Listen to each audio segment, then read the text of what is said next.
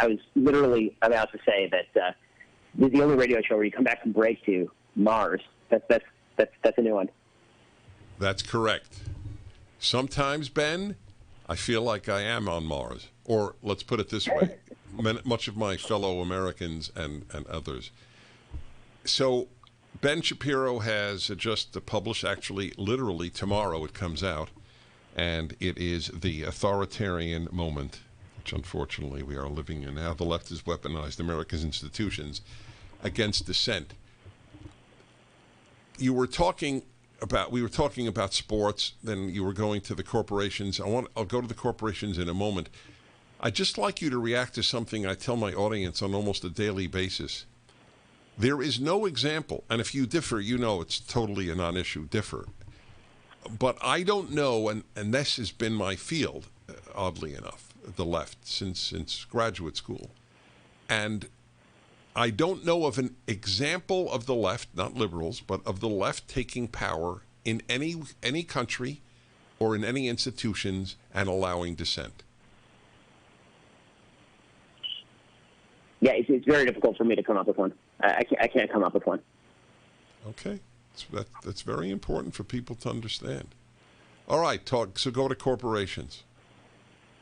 So I think that conservatives, because corporations operate off the profit motive, they believe that the corporations were congenitally predisposed toward being conservative, right? They have to preserve the profit motive.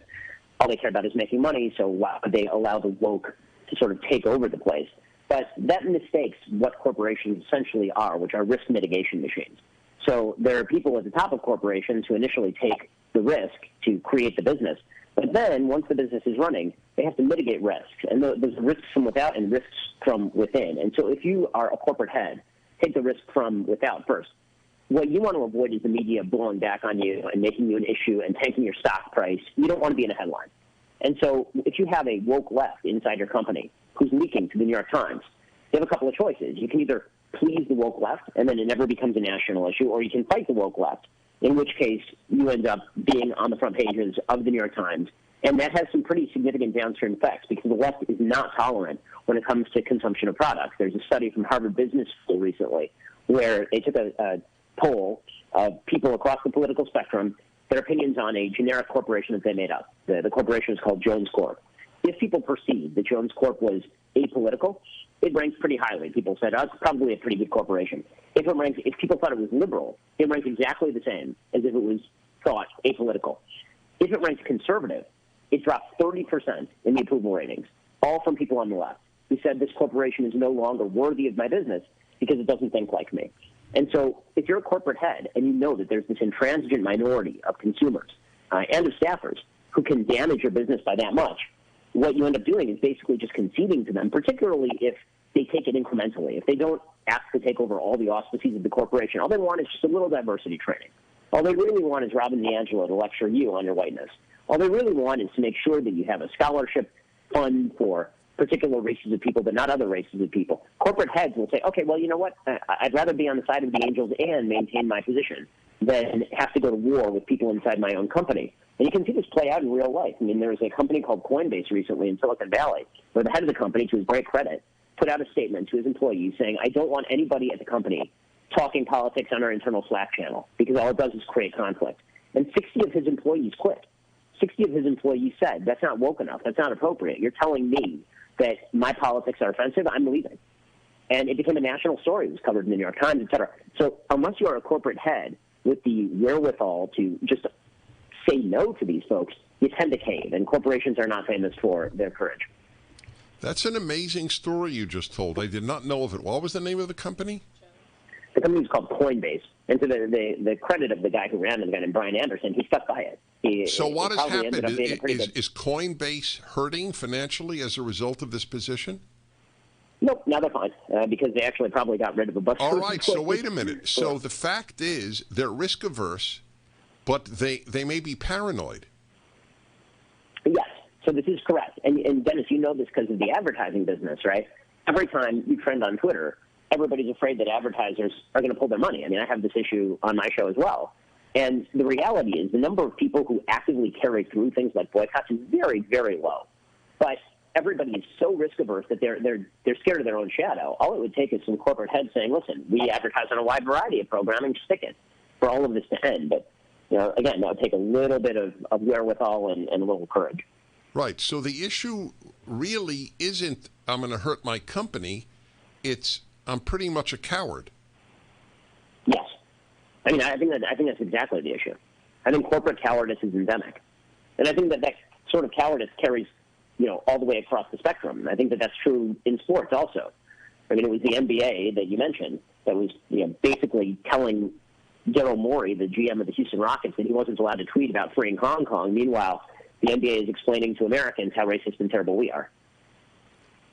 So what happened in Cleveland? The vast majority of people in Cleveland did not want the Indians' name dropped. It's 105 years old. It's a tradition. If nothing else, it does zero in terms of insulting the Native American. It honors them. They're Indians. So what was the thinking of the president of the Cleveland Indians to drop the name?